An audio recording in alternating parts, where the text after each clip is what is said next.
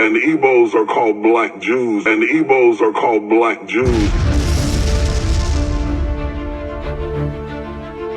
What's up, BC Dynasty? This is your boy, the man, the myth, and the legend, Mr. JB Zion on the track, Yoruba.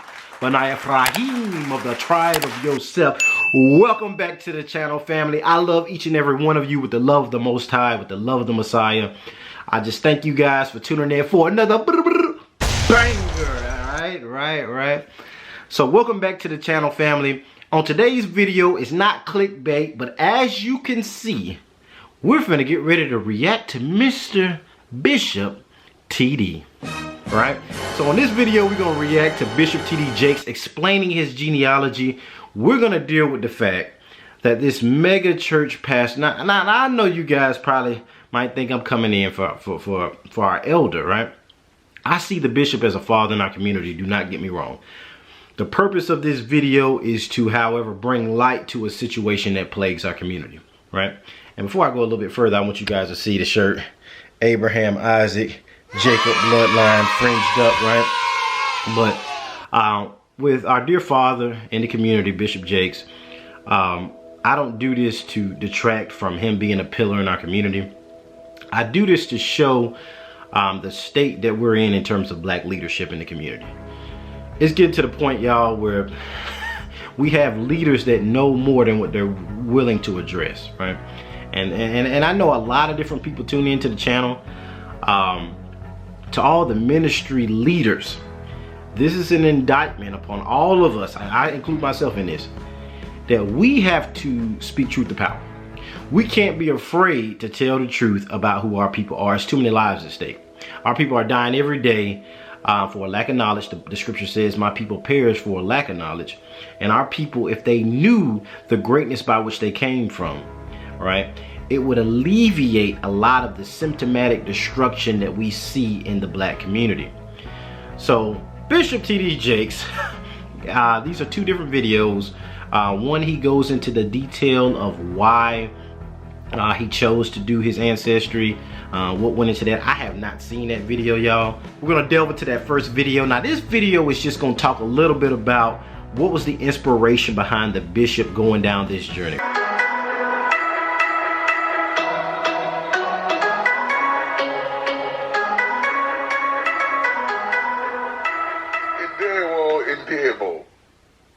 I am Bishop T.D.Jakes.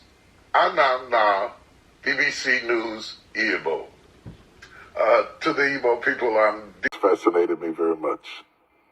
All right, so we are delighted to have you on our platform, and we just want to ask, how did this whole Igbo thing come about? We heard in the news sometime back that you traced your roots to be from the Igbo people. How did that come about? Why did you even go that far to start tracing your roots?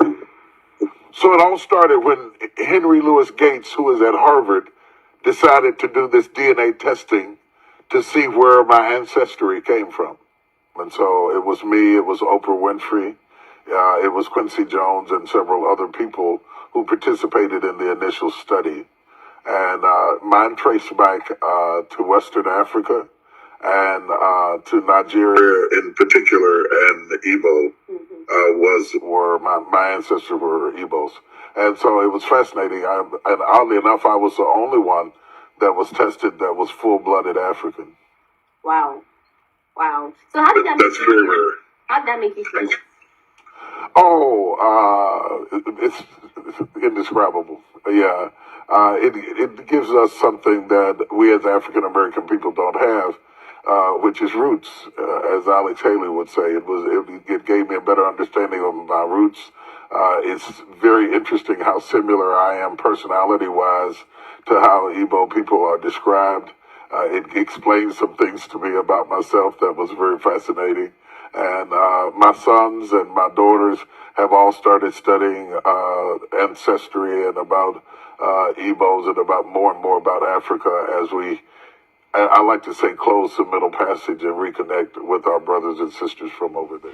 As you all can see, that was powerful. I gotta be honest, y'all. I just gotta go ahead and keep it real. That was powerful. And that was encouraging to see where we are in terms of the awakening, right? But the other clip I'm gonna show you is him elaborating on his knowledge of who the Igbo Jews are, who the Igbo people are. And I'm not gonna go too deep into it. I'm gonna let the video speak. So we're gonna react to that real quick, you guys. I'm gonna get everything going. Go ahead and get it recording. So we're gonna react to Bishop T.D.Jakes, and this is him explaining that he knows that the Igbos are the Jews of West Africa. Let's go ahead and watch that real quick. It would blow your mind. I'm 60 years old, and everybody who works for me is younger than me, and they'll tell you, I'll work you up under the table. I'll work you up under the table. Where does that come from? My father. My father. Absolutely. My father is weird. Let me tell you, this chair is about to break. My father's sitting here and my mother is sitting here, and they're fighting for the mic from moment to moment. My grandmother talks to you every now and then. All of my ancestors are sitting on this table all the way back to Nigeria. I like that. Now watch that. Now he said Nigeria. Let's see this. My ancestors were Igbos from Nigeria, and Igbos are called black Jews, that they're industrious, that they go after things, that they're hard-working people. So all the way back in my DNA, we were self-sufficient. And all of them are... Whoa! The bishop knows the truth. Now I know a lot of you, there's a lot of things that we got to discuss about this, y'all. There's a lot of things we got to talk about. Right?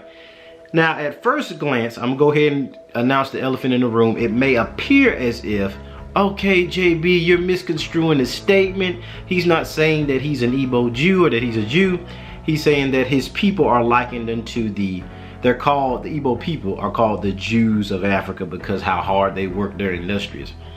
Now, I'm finna show you guys a clip from various sources, including the Jewish Encyclopedia, that attest to why the Igbo are referred to as Jews. So this is in the Jewish Encyclopedia, right? So just in case you guys think that I'm saying something that's, or you're making their own tradition up of the Yoruba people. Now the Jewish Encyclopedia says, in Nigeria, the Igbo may be descended from southern and western migrations of ancient Shemitic peoples.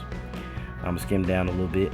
There are three groups. Beni Gad, said to have descended from the tribe of Gad, 8th son of Jacob. Beni Zebulun. So now this is the white Ashkenazi Jews encyclopedia, right? Beni Zebulun, Beni Manasseh. The Beni Ephraim are different from other Nigerian Jewish groups as they live among the Yoruba. So that's source number one, right? The scripture says where 2 or 3 are gathered, let everything be established, right? So that's the Jewish encyclopedia.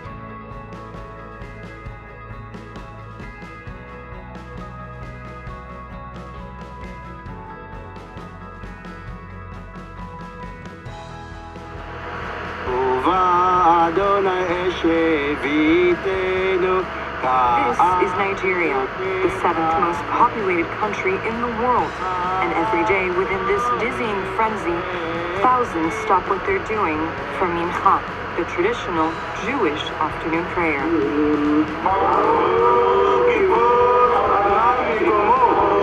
This community of Nigerian Jews belongs to the country's 3rd ethnic group, the Igbo. They claim to be descendants of a lost tribe of Israel, and today observe religious practices very similar to rabbinical Judaism, although it's not always easy. I champion the fact that the bishop is talking about how his sons and his daughters and a lot of his kids, that kind of thing, are going back and they're doing their research, right? They're checking out their history. They're trying to discover their lost past, their heritage, and that kind of thing. Because I'm telling you guys, unless we as a people turn back to the Most High, right? I'm gonna put that scripture up, you guys, in 2 Chronicles chapter 7, verse 14, right? Now, as you see, it says, unless my people who are called by my name will humble themselves and pray, seek my face and turn from their wicked ways, then will I hear from heaven. So it's unless our people, now this is a collective mandate that the Most High has given Israel. He says the people that are called by his name. Back during that time you had Isaiah, which means my God is salvation and that kind of thing. They had Yah or they had El in their name. We as a community must turn back to our God. What does that mean? By knowing ourselves. by knowing your history and those that have prepared the path for you to be in this very space and place right now, is to give back to the Most High. It's to turn back to the Creator. And the words of Lion King, y'all, and I love this. I'm telling you, Lion King is the wokest Disney movie of all time. Mufasa tells somebody, he says, you don't know me. You have forgotten me, Simba, because you don't know who you are. And unless our people turn back to our history by looking into the water of the word that shows our identity, which is concealed in Yeshua, the Black Messiah, we will not be liberated from the curses, right? From a legal standpoint, one must confess that he has committed a crime to be able to receive the plea deal. Our people have to confess that we have transgressed as a people by forsaking our heritage and culture. Well, JB, we were stripped of it. You know, they beat Kunta Kinte out of Toby, right?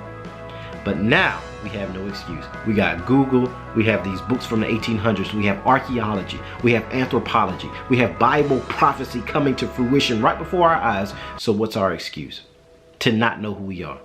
See, I love when the scripture says that my people perish for a lack of knowledge. And the scripture goes on to say, and because they reject knowledge, I will reject them and the remembrance of their seed after them. Unless we turn back to the knowledge of our forefathers, the knowledge of our God, by knowing who we are and reclaiming our rightful heritage, we remain under the curse. And even though Yeshua died to liberate the nation, we remain in degradation until we turn back to our identity as a nation. Right? So I just wanted to just share this with you guys and let you know that we're in the middle of the greatest revival and awakening that this earth has ever seen. Our people are turning back to their history. And I beseech all pastors, leaders, bishops, everybody that's tuning in, my Gentile brethren, spread this knowledge. For you're going to be held accountable for what you know.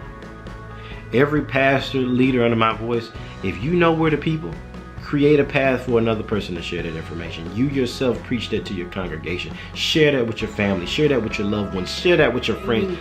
Share that with all the melanated brethren and descendants of the Most High Yah that you know. Right? It's your obligation. The Most High didn't wake you up in this season or show you this information for you to sit back and be like, oh, well, I know this. I'm not going to say anything. And a lot of you may be in certain positions where you're in certain positions of influence. Right?